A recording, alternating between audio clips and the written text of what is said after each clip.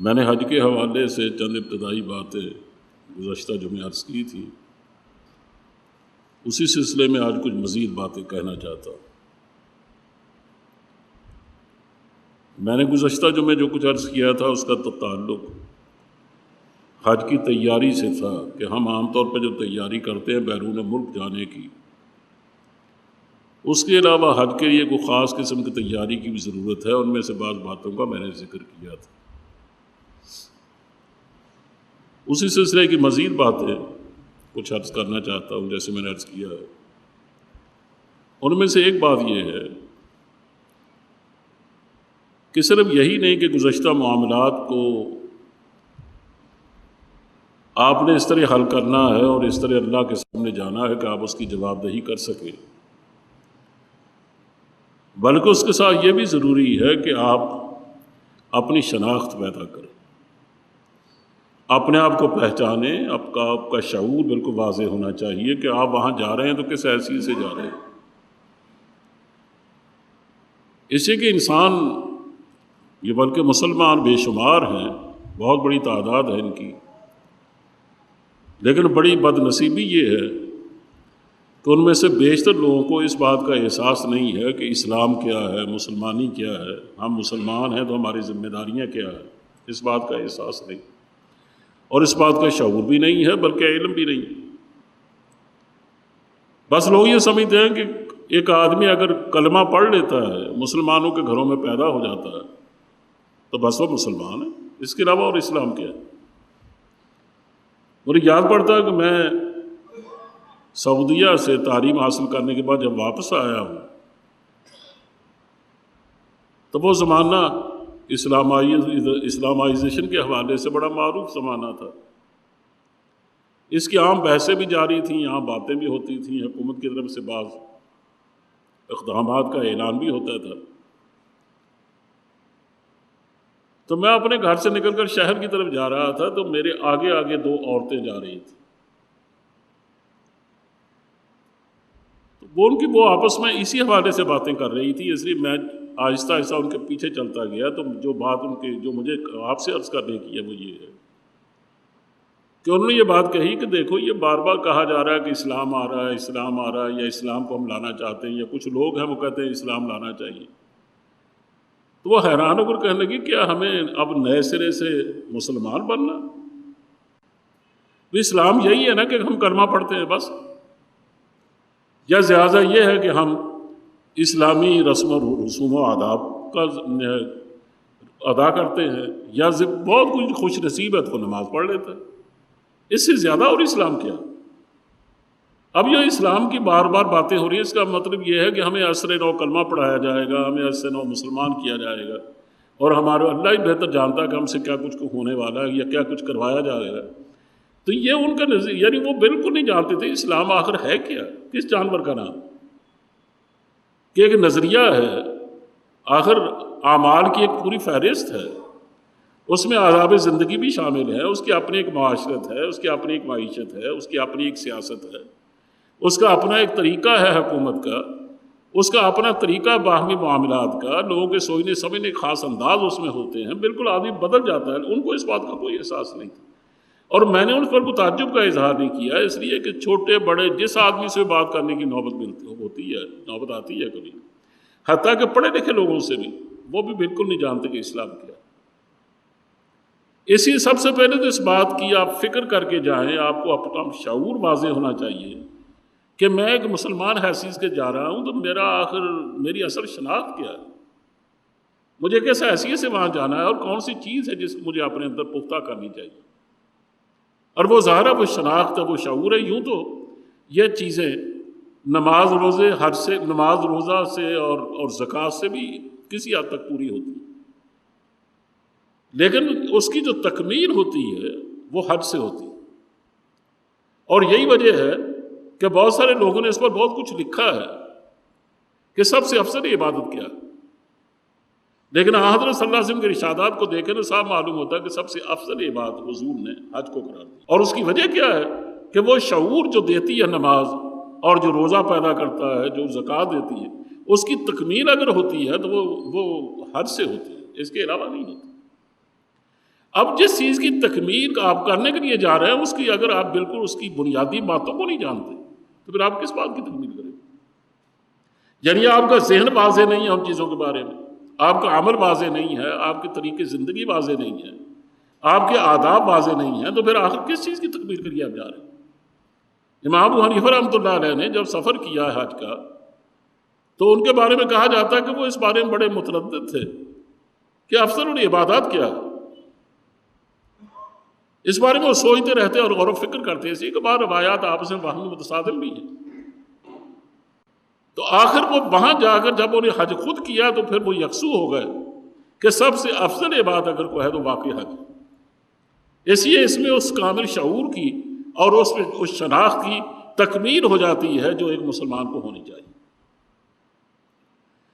اصل شناخت کیا ہے مسلمان کی؟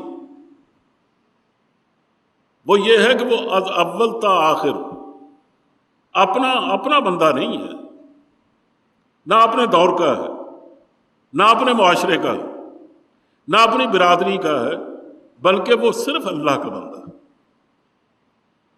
حقیقت یعنی پہلی بات تو یہ ہے کہ وہ ایک بندہ ہے، وہ آزاد آدمی نہیں ہے۔ اور بندہ کس کو کہتے ہیں؟ غلام کو۔ لیکن وہ غلام کس کا ہے؟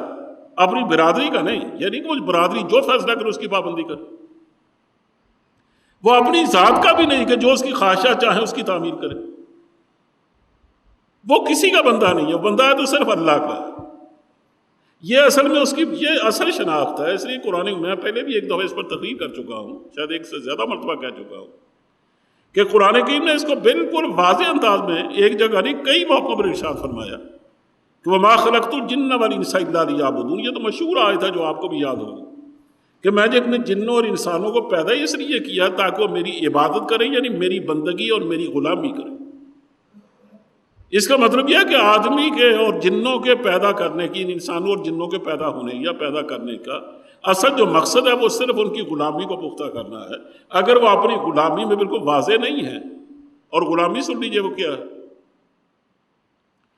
میں یہ واقعہ پہلے بھی ایک دفعہ بیان کر چکا ہوں کہ حضرت عبداللہ ابن مبارک جو بہت بڑے محدث گزرے ہیں، اپنے دور کے بہت عظیم محدث تھے، اس میں کوئی شبہ نہیں۔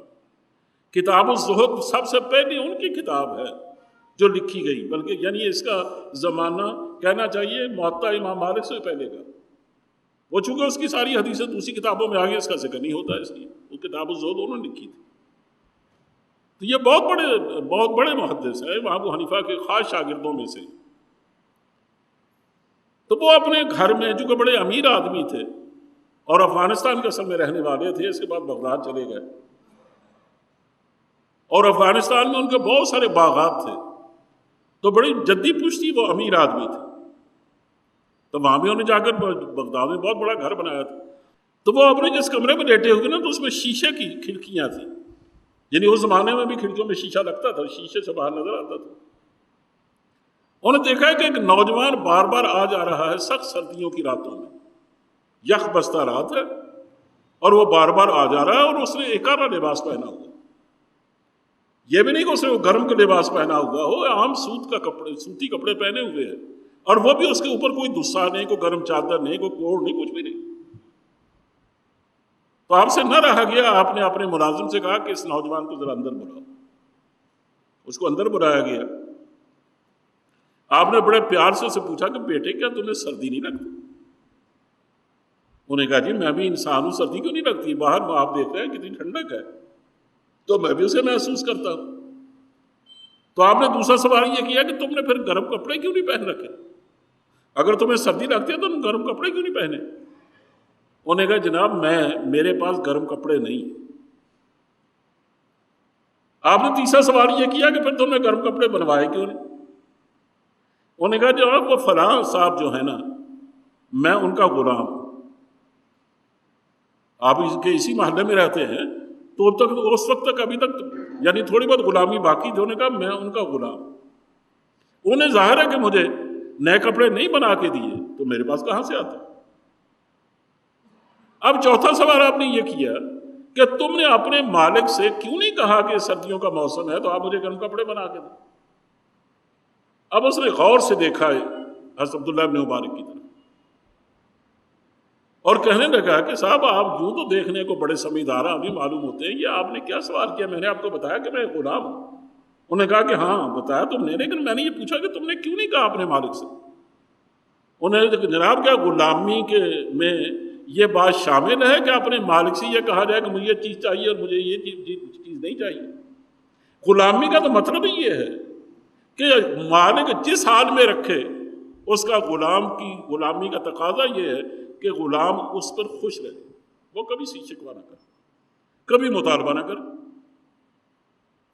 آپ لیٹے ہوئے اٹھ کے بیٹھ گئے، انہوں نے کہا جوان تو نے تو میری آنکھیں کھول دی، میں بھی غلام ہوں لیکن میں اللہ کا غلام ہوں، کسی انسان کا نہیں۔ اور ہم اللہ کی طرف سے جو کچھ پاتے ہیں اس پر نہ جانے کتنی دفعہ شکوہ کرتے ہیں، اور جو چیز نہیں ملتی اس کو طریقے سے اس کو مطالبہ بنا کر، کبھی دعا کی شکل میں، کبھی کسی طرح سے، کبھی اس طرح سے اس کو ہم عرض کرنے کی کوشش کرتے ہیں۔ حالانکہ غلامی کا تقاضا یہ ہے کہ آدمی کو جس حال میں رکھا جائے وہ اسی حال پر خوش ہو۔ کہا تم نے تو مجھے بتا دیا کہ آج غلامی کہتے ہیں کسے؟ اس کا مطلب یہ ہے کہ غلامی کا تقاضا یہ ہے کہ اللہ جس حال میں بھی رکھے اور وہ جو ذمہ داریاں عائد کرے، نہ تو وہ اپنے نسب العین کو اس کی مرضی کے بغیر چینج کر سکتا ہے، نہ وہ اپنی حیثیت کا تعین کر سکتا ہے، نہ وہ اپنی جو کچھ کماتا ہے اس کو سمجھ سکتا ہے یہ میرا اپنا۔ اسی غلامی کا پہلا طریقہ یعنی پہلا قانون ہی یہ ہے کہ اس میں حق ملکیت نہیں ہوتا۔ غلام جو کچھ کماتا ہے نا، چونکہ اس کے حق ملکیت نہیں ہوتا، وہ اس کا کمایا ہوا سارا اس کے آقا کو ملتا ہے، اسے نہیں ملتا۔ یعنی جو کماتا وہ آقا کی ملکیت ہے، اس کی نہیں، اور کماتا وہ اس کی مرضی سے ہے۔ وہ اگر یہ کہے تمہیں مزدوری کرنی ہے تو مزدوری کرے گا، اگر کہے تمہیں نوکری کرنی ہے تو وہ نوکری کرے گا، اگر یہ کہا جائے کہ تمہیں فلاں جگہ کسی ٹیچر لگنا وہ ٹیچر لگے گا۔ یعنی جو کہا جائے گا اس کے مطابق زندگی گزارے گا۔ وہ اپنی زندگی کا نسب العین ارسر نو اپنے طور سے خود نہیں طے کر سکتا، بلکہ جو اس کا مالک اس کے لیے طے کرے گا وہی اس کی زندگی کا نسب العین ہوگا۔ یہ غلامی کے کم از کم بنیادی چیزیں ہیں۔ وہ اپنی مرضی کا مالک بھی نہیں ہوتا، بلکہ اس کی مرضی وہ ہوتی ہے جو اس کے آقا کی مرضی ہو۔ اس کا آقا اسے کہو کہ تم کھڑا رہے تو وہ کھڑا رہے گا، اسے کہ تم بیٹھ جائے تو بیٹھ جائے گا، اسے کہ تم سوئے رہو تو سویا رہے گا، اسے کہ تم جاگتا رہو تو وہ جاگتا رہے گا، کیونکہ اس کی اپنی مرضی ہے ہی کوئی نہیں۔ اس لحاظ سے تو ان چیزوں کا ہمیں پابند ہونا چاہیے تھا۔ اور اللہ کی عجیب بات یہ ہے کہ صحابہ کرام باوجود اس کے کہ پڑھے لکھے لوگ، ان میں سے بہت سارے لوگ، اکثر لوگ پڑھے لکھے نہیں تھے، لیکن حضرت صلی اللہ علیہ وسلم کی صحبت میں رہ کر وہ زندگی گزارنا سیکھ گئے تھے۔ ہم کتابی علم تو سیکھتے ہیں، زندگی کا علم نہیں سیکھتے۔ کتاب زندگی اور چیز ہے اور کتابی علم بالکل اور چیز ہے، کہ زندگی تو بالکل عجیب اور چیز ہے نا۔ اقبال نے اسی کو بیان کرتے ہوئے یہ کہا کہ زندگی کچھ اور شے ہے، بلکہ ذوق نے بھی کہا کہ زندگی کچھ اور شے ہے، علم ہے کچھ اور شے۔ زندگی سوز جگر ہے، علم ہے سوز دماغ۔ یہ تو اقبال کہتا ہے، اور ذوق کہتا ہے آدمی کچھ اور شے ہے، آدمیت اور ہے۔ لاکھ تو ہوتے کہ وہ پڑھایا پر وہ ہیوا ہی رہا۔ پڑھنے لکھنے سے وہ آدمی تھوڑا آدمی بن جاتا ہے۔ آدمی وہ بنتا ہے جس کو باقی آدمیت کا شعور ہے۔ اور وہ لوگ یعنی کتابی علم سے ناخواندہ ہوں تو ناخواندہ ہوں، لیکن کسی صحابی کو آپ نہیں دیکھیں گے کہ بنیادی اقدار سے وہ ناواقف، وہ علم کی یعنی زندگی کا جو علم ہے اس کو خوب واقف تھے۔ اس ایک صحابی کے بارے میں حدیث میں آتا ہے کہ انہیں مغرب کی نماز پڑھی اور صحابہ تسبیحات میں مشغول ہو گئے، اٹھ کے چلا گیا۔ حضور نے جاتے ہوئے اگلی سامنے چونکہ وہ کھڑا تھا تو آپ کی نظر پڑ گئی جاتے ہوئے وہ جانے والے پر، لیکن آپ نے اسے روکا نہیں۔ دوسرے دن بھی آپ نے دیکھا، تیسرے دن دیکھا، چوتھے دن دیکھا کہ وہ روزانہ سلام پھرتے ہی اٹھ کے چلے جاتا۔ آخر حضور نے ایک دن بلا لیا، فرمایا بھائی تم بیٹھ کے کوئی تسبیحات کیوں نہیں کرتے؟ تم کو دعا کیوں نہیں کرتے؟ تم مزید کچھ پڑھنے کی کوشش نہیں کرتے؟ تم یہ کیا کرتے ہو؟ فوراً اٹھ کے چلے جاتے۔ انہوں نے کہا حضور اگر کوئی اور پوچھتا تو میں کبھی نہ بتاتا، لیکن آپ سے ظاہر میں چھپا نہیں سکتا۔ بات اصل میں یہ کہ یہ جو میں چادر اوپر لے کے آیا ہوں نا، یہ میرے گھر کا کل اثاثہ ہے، میرے گھر میں اور کوئی کپڑا نہیں، حتیٰ کہ میرے میری بیوی کے سر پر دوپٹہ بھی نہیں، یہ چادر اوڑھ کے میں آتا ہوں تو اس سے میں فرض نماز ادا کرتا ہوں اور جلدی چلا جاتا ہوں تاکہ اول وقت میں وہ بھی فرض نماز پڑھ سکے. یہ چادر جا کے اسے دے دیتا ہوں، وہ سر پہ اوڑھ کر اس سے نماز ادا کرتا ہوں. چنانچہ ان باتوں میں حضور سن کر آپ دیدہ ہو گئے. آپ نے اس کے لیے کشائش کی دعا فرمائی، اللہ نے قبول کی ہوگی. وہ ظاہر ہے کہ تھوڑی سی دیر لگی نا. وہ جب گھر گیا تو بیوی نے پریشان ہو کر پوچھا کہ کیا حضور نے تو نہیں روک لیا تھا؟ انہوں نے کہا حضور نے روک لیا تھا. انہوں نے کہا پھر کیا آپ نے بتا تو نہیں دیا؟ انہوں نے کہا ہاں بتا آیا کہ میرے گھر کا حال کیا. تو انہوں نے نہایت برہم ہو کر کہا کہ کاش اللہ نے مجھے طلاق کا حق دیا ہوتا تو میں اس وقت تمہیں طلاق دے دیتا. ہم اکٹھے نہیں رہ سکتے. کہا اللہ نے جس حال میں رکھا، حضور سے کہنے کا مطلب یہ کہ آپ نے اس کی شکایت کی. کیا یہی غلامی کا تقاضا ہے؟ ہم جب اللہ کے غلام ہیں، اللہ کے بندے ہیں، تو کیا اس کا تقاضا یہ ہے کہ بجائے اس پر صابر و شاکر ہونے کے ہم وہ جا کر نبی کریم صلی اللہ علیہ وسلم سے کہنا شروع کریں؟ اور حضور سے کہنا کو دو باتیں تو نہیں، اللہ سے کہنا یا حضور سے کہنا. گویا ہم نے ان کی شکایت کی ہے. اس سے آپ اندازہ کریں کہ غلامی کیا. یہ الگ بات ہے کہ اللہ نے کرم فرمایا کہ ہمیں دعائیں مانگنے کی اجازت دی، اپنی ضرورتیں مانگنے کی اجازت دی. بلکہ اجازت نہیں دی، حکم دیا. بلکہ یہاں تک حضور نے فرمایا کہ جو آدمی اللہ سے مانگتا ہے وہ نہ مانگنے والے سے زیادہ درجات پا جاتا ہے. جو آدمی نہیں مانگتا نا، لاپرواہی کا شکار ہو جاتا، اللہ اس سے ناراض ہوتا ہے. یہ اس کا کرم ہے.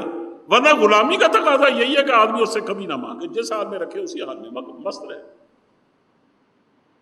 اب یہ تو ہے غلامی، اللہ کے ہم غلام ہیں.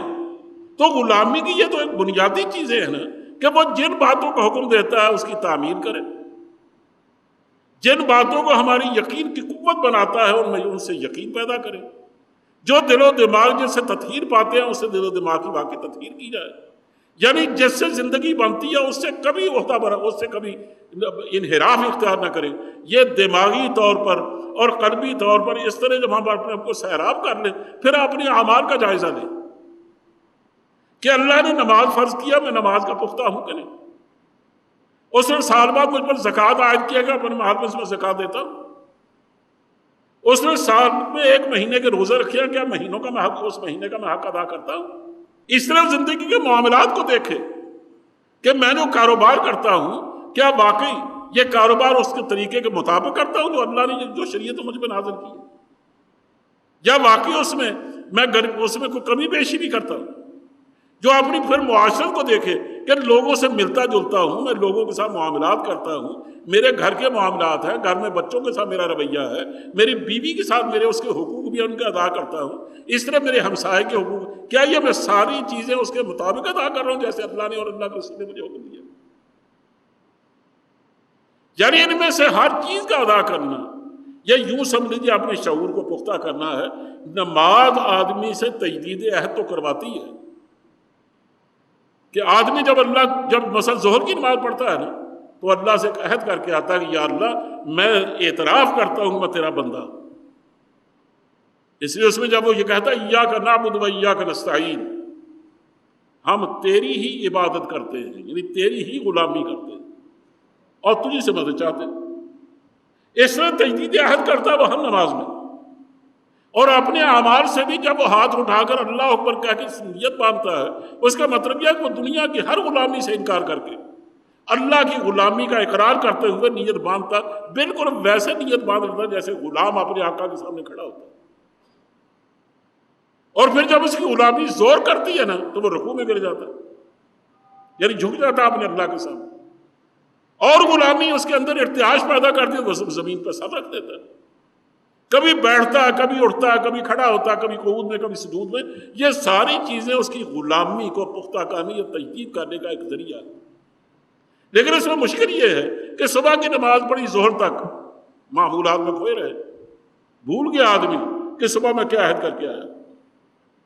ظہر کی نماز پڑھی، عصر تک پھر بھول گئے، عصر کی نماز میں تجدید عہد کیا، مغرب تک بھولا رہا، مغرب کے بعد پھر کاروبار میں لگ گیا، تو عشاء کی نماز کے بعد گھر آیا تو بیوی بچوں میں کھو گئے.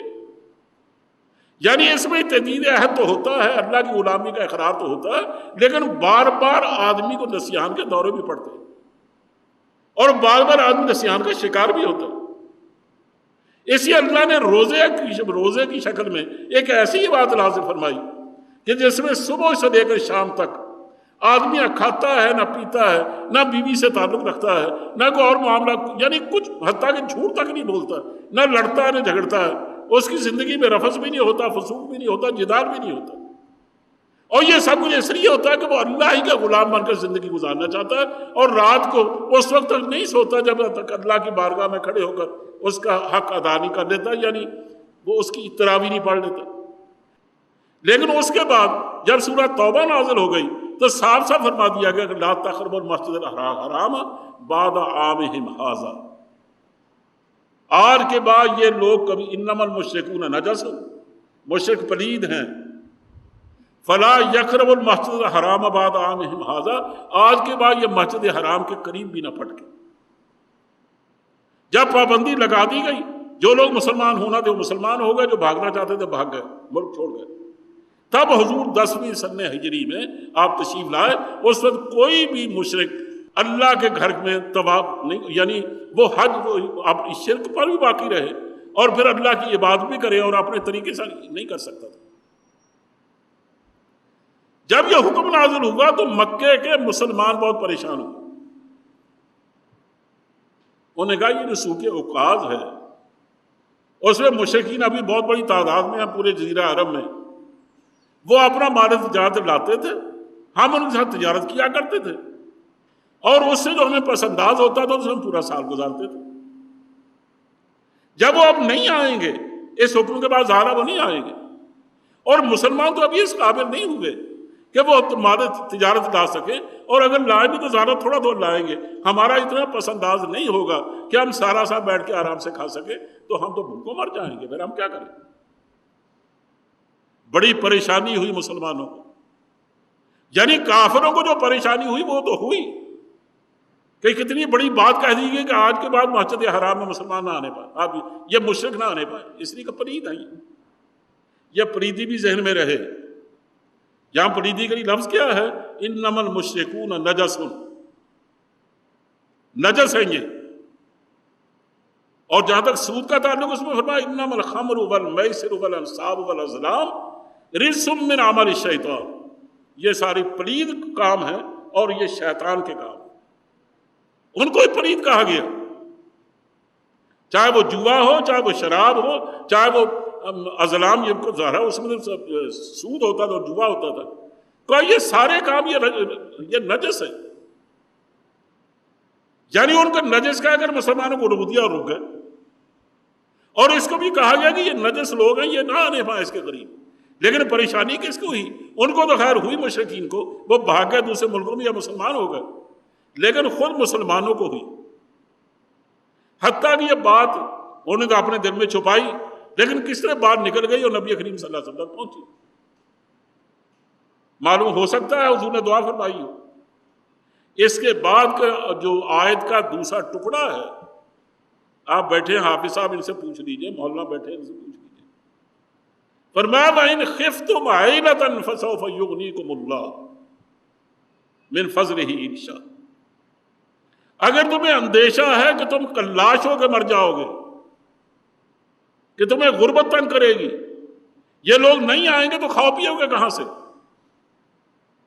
کہا یہ تمہاری عقل کا فیصلہ یہی ہے نا، لیکن اللہ یہ فرماتا ہے فَسَوْفَ يُغْنِيكُمُ اللَّهُ، وہ عن قریب تمہیں غنی کر دے گا اگر وہ چاہے گا، اور وہ یقیناً چاہے گا، اس لیے کہ مسلمانوں کو مارنا نہیں چاہتا وہ، تو وہ تمہیں غنی کر دے گا۔ بھائی یہ آیت اترنے کی دیر تھی کہ مسلمانوں کو جینے کھیل اٹھے، اسی کو یقین میں کوئی کمی نہیں تھی، وہ سمجھتا تھا مسلمان کہ اللہ تعالیٰ ہمارا امتحان لینا چاہتا ہے، وہ شاید ہمیں ابھی مزید صبر کی اور استقامت کی تعلیم دینا چاہتا ہے، شاید اس میں ہم ناپختہ ہیں۔ لیکن جب یہ حکم آ گیا فَسَوْفَ يُغْنِيكُمُ اللَّهُ، تو مسئلہ مطمئن ہو۔ اب قرآن کریم نے بار بار کہا، ایک دفعہ نہیں 20 دفعہ،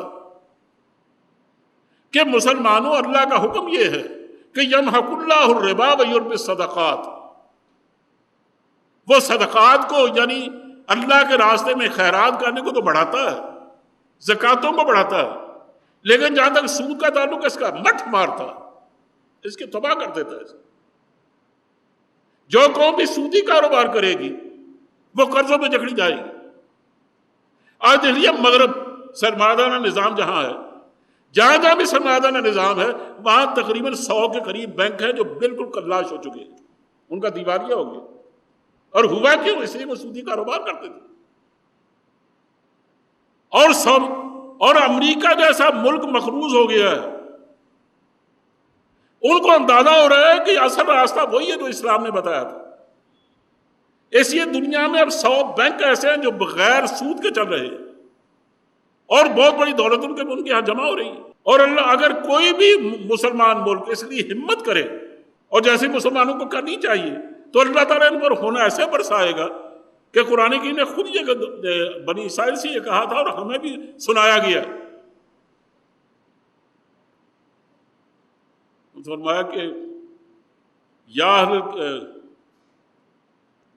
آیت کہ اگر اہل کتاب اللہ کے نازل کردہ قانون کی پابندی کرے تو لَأَكَلُوا مِنْ فَوْقِهِمْ وَمِنْ تَحْتِ أَرْجُلِهِمْ، ان کے اوپر سے رزق برسے گا اور نیچے سے ابلے گا، یہ بھوکے نہیں مرے گا۔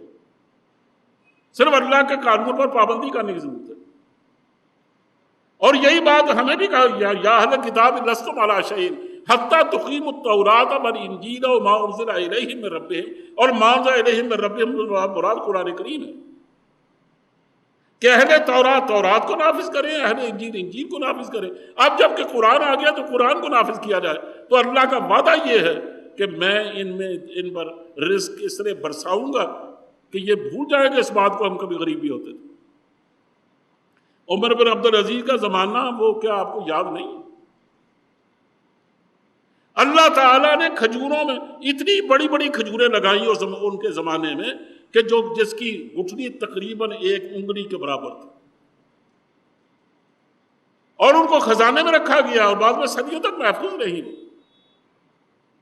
ان کے انار کا عالم یہ تھا کہ اگر کوئی کسی بھی باغ کے کنارے کھڑے ہو کر کوئی آدمی یہ کہتا کہ میں پانی پینا چاہتا ہوں، کوئی آدمی تو اٹھ کر ایک نوکر وہ انار کی طرف سے انار توڑتا اور اس کو اپنے ہاتھ سے نچوڑتا تو گلاس بھر جاتا، اور وہ کہتا میں نے پانی مانگا تھا، انہوں نے کہا پانی نہیں، اب تو تمہیں انار کا شربت ملے گا یا انگور کا شربت ملے گا۔ اور لوگ اگر دیہات میں جاتے لوگ ان کو دودھ پلاتے تھے۔ کہا یہ زمانہ اللہ تعالیٰ نے ہمیں دیا ہے اور ہمیں برکت سے نوازا، تو ہم تمہیں کیوں نہ دیں؟ اور اس کا بھی ہم نے اہتمام کیا، اور یعنی اس کے بھی ہم تاریخ نے اس کی مثالیں چھوڑی ہیں۔ عمر بن عبدالعزیز نے عدل قائم کیا، اور حجاج بن یوسف نے چورا ٹیکس بھی لگایا، جو ہمارے یہاں ٹیکس جس طرح بڑھتے جا رہے ہیں نا، اور دیکھ لو اس پر ایک ہنگامہ برپا۔ اسے حجاج بن یوسف نے اپنے دور میں بنی امیہ کے زمانے میں سے چورا ٹیکس بھی لگایا، یعنی بے شمار قسم کے ٹیکس لگائے، لیکن اس کی آمدنی پورے عراق کی 50,000 اشرفی سے نہیں بڑھی۔ لیکن عمر بن عبدالعزیز کا زمانہ آیا تو انہوں نے سارے ٹیکس ختم کر دیے، اور اللہ نے اس طرح نوازا کہ 1 سال میں جو آمدنی ہوئی وہ 2.5 لاکھ اشرفی تھی بجائے 50,000 اشرفی۔ یہ کیا چیز تھی؟ آپ اس کو برکت کہتے ہیں۔ عمر بن عبدالعزیز کا نے چونکہ اپنے اوپر بالکل بیت المال کی ہر چیز حرام قرار دے دی تھی، اپنے گھر والوں پر بھی جو بہت جائز چیزیں ہوتی تھیں صرف ان سے فائدہ اٹھاتے تھے، حتیٰ کہ ان کو بنی امیہ نے زہر دلوا دیا۔ اس لیے وہ بہت تنگ تھے ان سے، اس لیے کہ ان کی ایک ایک چیز ان کو کھین کر انہیں بیت المال میں جمع کرا دی تھی کہ تمہیں یہ سارا مسلمانوں کا مال چھینا۔ آخری وقت میں نے اپنے بچوں کو بلایا، 11 بیٹے تھے ان کے، اور جب ان کی وراثت تقسیم کی گئی تو آپ کو حیرت ہوگی کہ ان 11 بیٹوں کو $2.25 روپے ملے، یعنی تقریباً کہنا چاہیے کہ 7 درہم جو $2.25 روپے بنتے۔ یہ ان کی وراثت میں نہیں۔ اور ساتھ ہی کہا کہ بیٹا میں نے کوئی حق اپنے ذمے تمہارا نہیں رکھا، کبھی روک کے نہیں رکھا، لیکن اللہ کی نافرمانی کرتے ہوئے میں تمہیں کچھ نہیں دے سکتا۔ میں چاہوں تو خزانہ تمہیں دے دوں لیکن نہیں دے سکتا۔ اور ساتھ ہی یہ کہا کہ اگر تم میں اللہ نے کوئی بھی خیر بھی رکھا ہے نا تو تم دیکھو گے اللہ تعالیٰ تمہاری مدد کرے گا، اور جب بھی کسی عرب سے ملو گے تو تمہیں ایسا عرب تمہیں نہیں ملے گا جس پر تمہارے باپ کے احسانات نہ۔ ان کے بعد ان کا جانشین ہوا شام بن عبد الملک۔ جب اس کا انتقال ہوا تو اس نے اپنے پیچھے 11 بیٹے چھوڑے، اور ہر بیٹے کو جو وراثت تقسیم ہوئی وہ 11 لاکھ درہم تھی ہر بیٹے کے حصے میں۔ ان کو صرف 2.25 روپے ملے اور ان کو ملے ایک ایک آدمی کو 11 لاکھ درہم۔ لیکن لوگوں نے اپنی آنکھوں سے دیکھا کہ عمر بن عبد العزیز کا بڑا بیٹا جس کا نام ہی عبد العزیز تھا، اس نے ایک دن میں 100 غلام خرید کے آزاد کیے۔ اب اگر ایک غلام 5,000 کا 10,000 کا لگا لے تو آپ اندازہ کریں ان کی قیمت کیا ہو، یعنی لاکھوں روپے نے خیرات کیے ایک دن میں۔ اور ہشام کے بیٹوں کو اللہ لوگوں نے مانگتے ہوئے دیکھا۔ اس کا مطلب یہ ہے کہ اللہ تعالیٰ جائز کاموں کو اگر پابندی کی جائے نا، اور جن چیزوں کو اس نے اجازت دی انہیں احکام کی پابندی کی جائے تو اللہ اس میں برکت دیتا ہے، اور اگر آپ ان کی پابندی نہیں کرتے تو اللہ برکت چھین دیتا ہے۔ اور میں اس کی مثالیں دے رہا ہوں۔ تو خیر کہہ یہ رہا ہوں کہ ایک بہت بڑی ہمارے پاس ایک پڑھے لکھے لوگوں میں ایک چیز ہے، وہ ہے ان کی عقل۔ ڈاکٹر فرائڈ مین کا شاید کبھی نام آپ نے سنا ہو، اس نے باقاعدہ کتاب بھی لکھی اور وہ بھی ایک بڑے جتھے کا رہنما تھا۔ وہ یہ کہتا تھا کہ یہ جائز ناجائز اور ہونا یا نہ ہونا اور صحیح یا غلط کا یہ سراسر اخلاقی یہ سراسر جذباتی باتیں ہیں۔ زندگی سے کیا تعلق؟ زندگی کا کام تو یہ ہے کہ جو کچھ آپ کی خواہشات کہتی ہیں انہیں کر گزرو، اور عقل کا کام یہ ہے کہ اپنی خواہشات کو پورا کرنے کے لیے سامان اور اسباب پیدا کرے۔ اس کا یہ کام نہیں ہے کہ وہ چیک بک لے کے بیٹھ جائے کہ یہ چیز جائز ہے اور یہ چیز ناجائز ہے۔ اندازہ کریں اس نے عقل ہی کو بنیاد بنایا اور عقل کو اس نے خادم بنا دیا خواہشات کی۔ اس لیے اللہ تعالیٰ نے حج کے سلسلے میں جو چیز ہم پر فرض کی ہے نا، اس میں پہلی بات یہ ہے کہ جو کامل شعور ہمیں بخشا ہے وہ یہ ہے، مثلا حرم میں جو آدمی نمازیں پڑھتا ہے ہر نماز کا ثواب ملتا ہے 1,00,000، اور حرم کے باہر جب پڑھتا ہے تو وہ ظاہر ہے کہ 10 گنا ثواب ملتا ہے۔ میں آپ سے پوچھتا ہوں یہ جو عرفات ہے یہ حرم کے باہر کا علاقہ ہے کہ اندر کا؟ مزدلفہ اس کے اندر کا علاقہ ہے کہ باہر کا؟